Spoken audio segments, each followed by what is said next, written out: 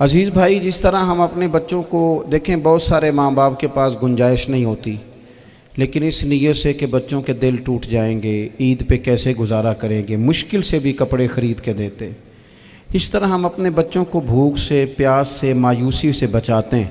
اس طرح ہمارے رب نے ہمارے ذمے لگایا ہے کہ تم اپنے بچوں کو کوشش کرو دوزخ کی آگ سے بچانے کی۔ حضرت عمر فاروق رضی اللہ تعالیٰ عنہ نے عرض کیا تھا، یا رسول اللہ صلی اللہ تعالیٰ علیہ وسلم، اس آیہ کریمہ کا معنی کیا ہے؟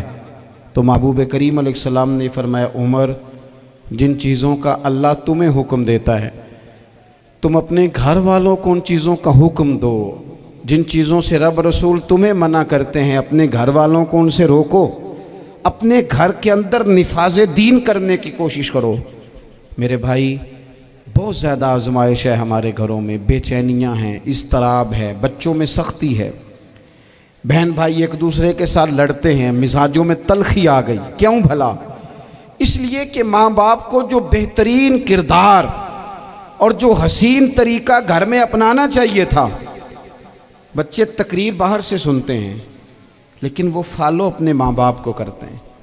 اگر ماں باپ میں حوصلہ ہو، صبر ہو، اطمینان ہو، خودداری ہو، تھوڑے پر گزارا کرنے کا مزاج ہو، دیکھیں نا، آج ڈپریشن ہے، ٹینشن ہے، پینکس اٹیکس ہیں، بڑی ساری چیزیں آ گئی ہیں۔ کیوں بھلا؟ صبر نہیں، تحمل نہیں، بردباری نہیں۔ آزمائے، ایک دن ایک بچہ میرے پاس آ گیا مدرسے کا، اور آ کے وہ رونے لگا۔ میرے گھر والے کہنے لگے، کھانا چھوڑ دیں، پہلے اس کی بات سن لے۔ میں نے کہا، پتر کیا ہوا؟ کسی نے مارا ہے کسی استاد نے؟ کہنے لگے، نہیں حضرت، گھر فون کیا تھا تو میری اماں اور ابا کی لڑائی ہو رہی ہے۔ بچہ کانپ رہا ہے، ٹانگیں کانپ رہی ہیں۔ میں نے کہا، کیا گیا تمہیں پتر؟ لڑائی ہو رہی ہے تو گھروں میں ہو ہی جاتی ہے۔ کہنے لگے، نہیں، آپ کو پتہ نہیں، وہ بڑا سخت لڑتے ہیں۔ میرے والد جب میری والدہ کو مارنے کے لیے آگے بڑھتے ہیں تو ہم سارے چارپائیوں کے نیچے چھپ جاتے ہیں، ہمیں خوف آتا ہے، وہ منظر خطرناک ہوتا ہے۔ یہ کون تکلیف دے رہا ہے اپنے بچوں کو؟ یہاں بیٹھے، ہمارے ہاں میلوں دور رہتے تھے اس کے گھر والے، تو وہ تکلیف میں تھا، تو گھر میں کیا کیفیت ہوگی؟ اگر حوصلہ ہو، صبر ہو، قناعت ہو، اللہ کے دیے ہوئے تھوڑے رزق پر ہمیں راضی رہنا آتا ہو، ہمارے گھروں میں سکون آئے، اطمینان آئے، ہم جو زندگی بڑی خوشی خوشی گزار سکتے ہیں۔ ہمارے مزاجوں کا لالچ، ہماری طبیعتوں کی بے راہ روی، ہماری جھوٹی انا کا بت، ان ساری چیزوں کو ختم کر دیتا ہے۔ اپنی زندگی کے اندر اگر ہم وہ کردار اپنے بچوں کو دیں، جس کردار میں موبائل بھی ہو، جس میں گاڑی بھی ہو، جس میں پیسے بھی لا کے ابا دراز میں رکھتا ہو، لیکن والد کا گھر میں مصلی بھی موجود ہو، اس کی کوئی تسبیح بھی ہو، وہ یہ بھی کہتا ہو کہ خدا نے اپنے فضل سے آج 5,000 دیا ہے تو اس میں 1,000 غریبوں کا بھی ہے، اس میں تھوڑا سا میں نے اللہ کی رضا کے لیے بھی رکھا ہے۔ اگر کوئی مشکل آ جائے تو وہ باپ اور ماں کو صبر کرتا ہوا دیکھتے ہوں، اگر ایک باپ کر بات کرے تو دوسرا برداشت کرتا ہو۔ خدا را اپنی اولادوں کو اس اذیت کا شکار نہ کرو۔ اپنے گھروں کے اندر وہ خودداری، وہ پیار، وہ وقار، وہ محبت، وہ انداز۔ آپ تھکے ہوئے ہیں، کوئی شک نہیں، آپ بہت سارے مسائل کا باہر شکار ہوں گے، کوئی شک نہیں، لیکن آپ باہر سے تھک کے آئے ہیں، اور اگر آپ باہر اپنی فیکٹری کے مالک ہیں اور دفتر کے بڑے ہیں تو گھر میں بھی تو آپ بڑے ہیں نا۔ آپ کی ماں بھی تو انتظار کر رہی ہے، اس نے بھی تو دکھڑا سنانا ہے نا آپ کو۔ آپ یہ دیکھیے کہ آپ کے بچے بھی تو انتظار کر رہے ہیں، وہ چاہتے ہیں کہ ابا آ کے بیٹھیں تو ہم ان کے سینے پہ چڑھ کے تھوڑا کھیلیں۔ آپ کی اہلیہ منتظر ہیں، کچھ باتیں بیوی کسی اور سے نہیں کہہ سکتی، صرف اپنے شوہر سے کہتی ہے، لیکن وہ تو آتے ہی جلال میں آ گئے صاحب، وہ کہنے لگے، تو بڑی نالائق ہے، میں تھکا ماندہ آیا ہوں اور تو نے مجھے کہانی سنا دی ہے۔ وہ اس خاتون سے شدت کے ساتھ پیش آنے لگے۔ میرے رسول پاک کی حیات نور کو دیکھو، حضرت ام ایمن حضور کی رضائی والدہ ہیں، ان کی بھی خدمت ہو رہی ہے، حضرت حلیمہ سعدیہ آ رہی ہیں تو خدمت ہو رہی ہے، حضرت عباس حضور کے چچا ہیں تو کریم فرماتے ہیں میرے چچا ہیں باپ کی جگہ پہ۔ حضور دوست احباب صحابہ غلاموں سب کے ساتھ پیار کر رہے ہیں، 9 ازواج مطہرات ہیں گھر کے اندر، اور کیفیت یہ ہے کہ کہ حضور صرف ان کی ضرورتوں کا ہی خیال نہیں کرتے، خواہشات کا ہی خیال نہیں کرتے، بلکہ میرے کریم کا طریقہ یہ ہے کہ کوئی بندہ آج بول کیا رہا ہے، وہ کہاں کھڑا ہے آج، اس کے جملے کس طرح کے ہیں، اس کا لہجہ کس طرح کا ہو گیا ہے اور اسے ٹھیک کیسے کرنا ہے، محبوب اس کا خیال فرماتے، توجہ کرتے۔ میں کہتا ہوں کہ ہم سب کو شوق آیا ہے آرام کرنے کا۔ میں صبح 11 بجے سے پہلے اپنے گھر سے نکل آیا تھا اور یہ وقت آ گیا ہے اور رات کو خدا جانے کس وقت گھر پہنچنا ہے۔ کئی دفعہ کیفیت یہ ہوتی ہے کہ گاڑی سے اترتے ہیں تو پھر دل کرتا ہے کہ کوئی اٹھا کے چلائے نہ کبھی، اس کے باوجود بہت سارے لوگ ناراض رہتے ہیں کہ ہم سے مل کے نہیں گئے، فوٹو نہیں کھنچوا کے گئے، فلانی جگہ چائے نہیں پی کے گئے۔ یہ تسلسل ہے، لیکن میں جتنا مرضی تھکا ماندہ گھر جاؤں گا نا، کبھی ایسا نہیں ہوا کہ میں گھر جاؤں تو بڑی ٹینشن میں جاؤں۔ میری گھر والی ایک دن مجھ سے کہنے لگی آپ نے کبھی نہیں کہا کہ میں تھکا ہوا آیا، بندہ تھک بھی تو جاتا ہی ہے نا، کبھی کہاں کرے نا۔ میں نے اسے کہا پتہ کیوں نہیں کہتا، اس لیے نہیں کہتا کہ میں نہیں چاہتا کہ میرے بچے یہ کہیں کہ ہم نے دین نہیں پڑھنا، ہمارا باپ تو بڑی مشکل میں ہے۔ ہم اپنے کام کے بارے میں اپنے گھر میں شکوے کرتے ہیں۔ آپ کسی بچے سے پوچھ لیں کون سا کام کرنا ہے، کہنا جڑا ابا جی کر دے رہے ہیں وہ نہیں کرنا۔ کیوں؟ کہ ابا جی ہر روز تو کہتے ہیں میں بڑا الجھ گیا ہوں، یہ کام بڑا مشکل ہے۔ میں چاہتا ہوں کہ میں اپنے بچوں کو یہ بتاؤں کہ پتر میں تو جدھر جاتا ہوں پھول ہی پھول ہیں، میں تو جدھر سے گزرتا ہوں محبت ہی محبت ہے، میں تو جدھر سے دیکھتا ہوں دعائیں ہی ملتی ہیں، تاکہ ان کا شوق پیدا ہو۔ میرے عزیز، آپ تھوڑا سا دل بڑا کریں۔ اگر آپ ایک کی وجہ سے پورا گھر سکون میں آ جاتا ہے تو آپ دل بڑا کیوں نہیں کرتے؟ جگہ ڈھونڈتے ہیں بس مجھے کوئی تنگ نہ کرے، کوئی میری باپ ماں بدولت کو کوئی پریشان نہ کرے۔ بخاری شریف سنیے، حضرت عائشہ صدیقہ رضی اللہ تعالیٰ عنہ بیٹھی ہیں، حضور فرمانے لگے عائشہ آج ایک بات نہ بتاؤں تمہیں؟ یا رسول اللہ بتائیے۔ حضور فرمانے لگے جب تم مجھ سے ناراض ہوتی ہو تب بھی مجھے پتہ چل جاتا ہے، اور جب راضی ہوتی ہو پھر بھی پتہ چل جاتا ہے۔ تو حضرت سید عائشہ صدیقہ بات سن کے بڑی خوش ہوئیں، یا رسول اللہ وہ کیسے؟ حضور فرمانے لگے کبھی کبھی تم قسم اٹھاتی ہو۔ یا رسول اللہ ہاں۔ فرمایا جب ہوتی ہو نا راضی خوش تو پھر کہتی ہو مجھے رب محمد کی قسم صلی اللہ علیہ وسلم، پھر تم میرے نام کے ساتھ رب کریم کا نام ملا کے قسم اٹھاتی ہو، رب محمد کی قسم۔ یا رسول اللہ بالکل ایسے ہی ہے۔ اور فرمایا جب تمہارے دل میں کوئی بات ہوتی ہے نا تو پھر تم کہتی ہو مجھے رب ابراہیم علیہ السلام کی قسم، پھر تم رب محمد نہیں کہتی۔ یہ بخاری مسلم میں موجود ہے۔ حضرت عائشہ صدیقہ نے تو بات سنی تو کھل گئی طبیعت، کہنے لگی کریم صدقے جاؤں یہاں تک خیال فرماتے ہو، کس کے جملے کہاں پہنچ گئے یہاں تک خیال ہے۔ فرمایا مجھے پتہ چل جاتا ہے کہ تمہاری کیفیت کیا ہے، کہاں کھڑی ہو۔ او بھئی ہم تو اپنی ماں کا بھی خیال نہیں رکھتے، ہمارا باپ کہاں بیچارہ کھڑا ہے، وہ تو انتظار میں تھا کہ کوئی 10 منٹ میرے پاس بیٹھے گا، توجہ ہی نہیں، جذبات کا خیال ہی نہیں۔ حضرت عائشہ صدیقہ بات سن کے عرض کرنے لگے یا رسول اللہ مجھے رب محمد کی قسم ہو، میں صرف نام چھوڑتی ہوں، میرے دل میں ہر وقت مدینے والے محبوب ہی رہتے ہیں، نام ہی چھوڑتی ہوں صرف۔ او میرے دوست تھوڑا سا جا۔ اور دوسرا عرض کروں گا، دولت اگر بہت عالی چیز ہوتی نا، بہت قیمتی، تو سب سے زیادہ سیدہ عائشہ کے گھر میں ہوتی۔ اگر پیسوں سے ہی سوکھ آتا تو پیسے سب سے زیادہ حضرت فاطمہ الزہرا کے کاشانہ نور میں ہوتے۔ او میرے بھائیوں، سونا وقت محبتوں سے گزارا جا سکتا ہے۔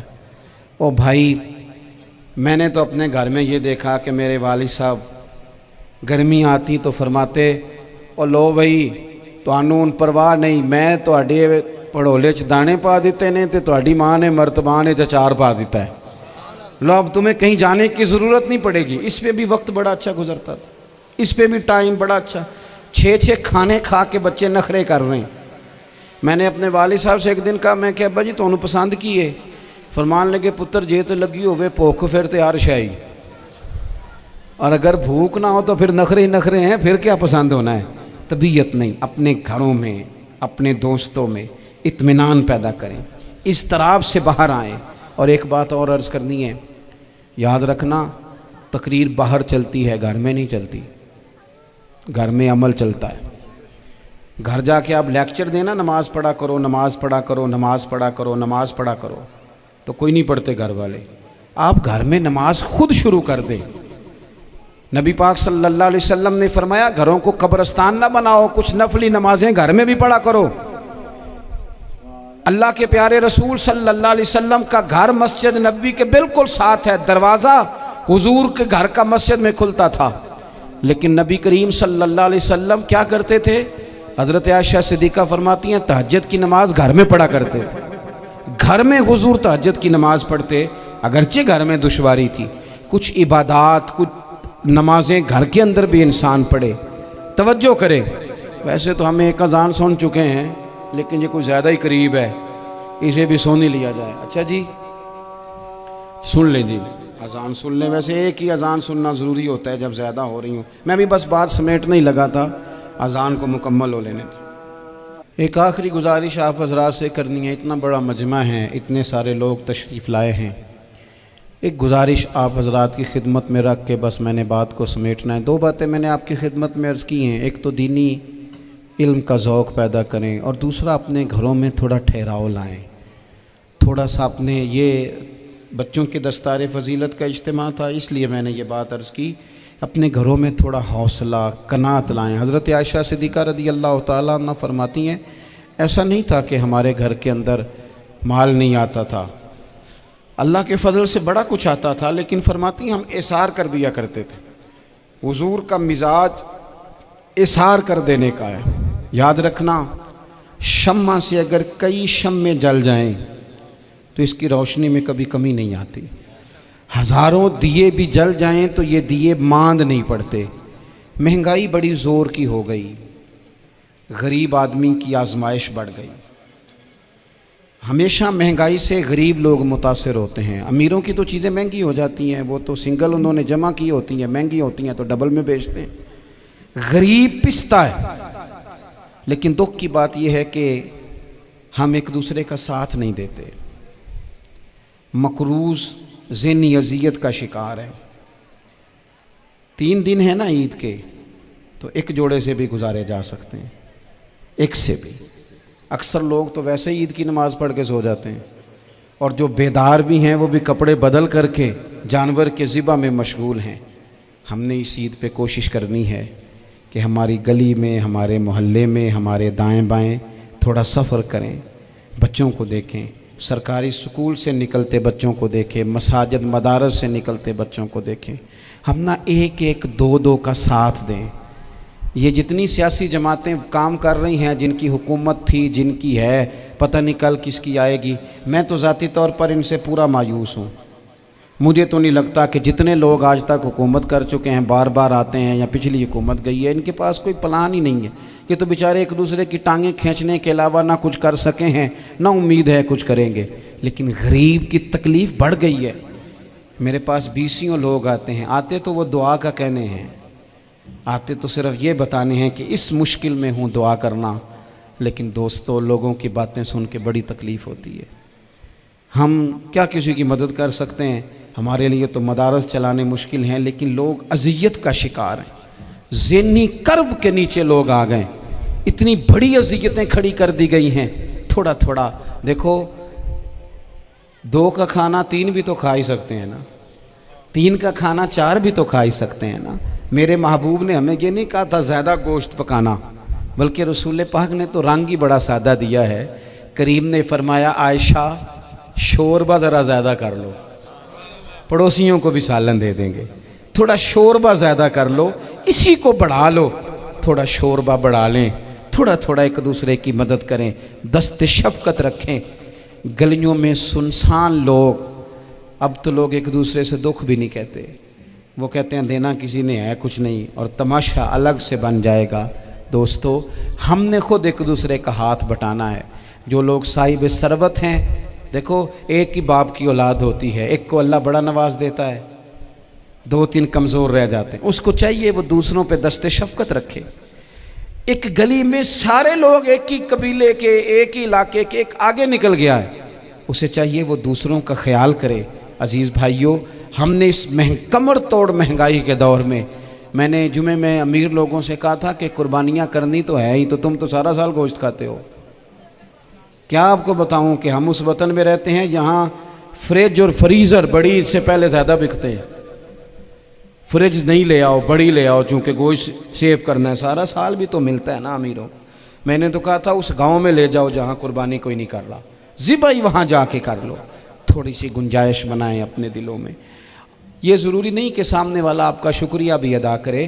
حضرت عائشہ صدیقہ رضی اللہ تعالیٰ عنہ، اماں جی ایک کنیز رکھی ہوئی تھی، حضرت عثمان غنی نے دی تھی کہ آپ کی خدمت کریں گی، تو وہ کنیز کہتی ہے کہ اماں جی تو میری بھی روٹیاں پکا دیتی تھی، وہ تو میرے لیے بھی کھانے کا اہتمام کر دیتی تھی، لیکن کوئی دروازے پہ اگر مانگنے آتا تو حضرت عائشہ صدیقہ مجھے کہتی اسے خیرات دے آؤ، تو میں کہتی اماں جی یہ کام تو لوگ دوڑ کے کرتے ہیں اور آپ یہ مجھے کہہ رہی ہیں میں کر دوں؟ تو حضرت عائشہ فرماتی جب کوئی بندہ کسی کو دیتا ہے تو وہ شکریہ ادا کرتا ہے، میں چاہتی ہوں وہ شکریہ بھی تیرا ہی ادا کر جائے، میں نے جو اجر لینا ہے وہ رب کی بارگاہ سے لینا ہے۔ تو میرے بھائی اپنی زندگی میں تھوڑا سا تو دل بڑا کریں، تھوڑی تھوڑی گنجائش پیدا کریں، اور یہ ضروری نہیں کہ اس بندے کا آپ سے بڑا اچھا سلوک ہی ہو، نہ بھی ہو اس غریب کا سلوک اچھا، تو بعض اوقات بندہ غریبی میں تلخ بھی تو ہو ہی جاتا ہے نا۔ بعض اوقات انسان پہ غربت زیادہ آ جائے تو اس کی طبیعت بھی تو، بیمار آدمی سخت بھی تو ہو جاتا ہے۔ تو میری آپ سے یہ گزارش ہے کہ یہ جو دن چل رہے ہیں وہ ہمارے ہاں ہمارے حکمران کہتے ہیں مزید سخت فیصلے کرنے پڑیں گے۔ میں نے کہا تمہارے لیے تو آسان ہے، اس لیے کہ تم تو جس دفتر میں بیٹھ کے فیصلہ کرتے ہو اس کی تو بتی کوئی نہیں جاتی، تمہیں کیا پتہ ہو، وہاں تو اے سی بھی 1 منٹ کے لیے بند نہیں ہوتا۔ یہ تو اس سے پوچھو باپ سے کہ جو عید سے پہلے اپنی بیوی سے مشورہ کر رہا ہے کہ عید آ گئی ہے، اگر بیٹی کے گھر کپڑے نہ بھیجے تو اس کی ساس باتیں کرے گی۔ یہ چھوٹی عید گزری تھی نا، تو ہمارے ہاں کچھ لوگ سمجھتے ہیں کہ سخاوت صرف رمضان میں ہی کرنی ہے، اور رمضان میں ثواب زیادہ ہے، ورنہ راشن ونڈن والے لوگ کو عیدوں بعد بھی بھوک لگ دیجئے، عید کے بعد بھی اسی طرح ہی غریب کے ساتھ پیٹ ہوتا ہے، لیکن توجہ نہیں۔ ایک تو ذوق علم پیدا کریں، ایک اپنے گھر میں اطمینان کا ماحول لائیں۔ تیسری گزارش یہ ہے کہ مہنگائی اور سختی کے اس دور میں اپنے مسلمان بھائیوں کا، عزیزوں کا، اہل محلہ کا ہاتھ بٹائیں، پیار کریں۔ اللہ کے حضور دعا ہے اللہ ہماری اس حاضری کو قبولیت کا شرف عطا کرے۔ آخر دعوانا ان الحمدللہ رب العالمین۔ اللہم صلی علی سیدنا و مولانا محمد معدن الجود والکرم وآلہ وبارک وسلم۔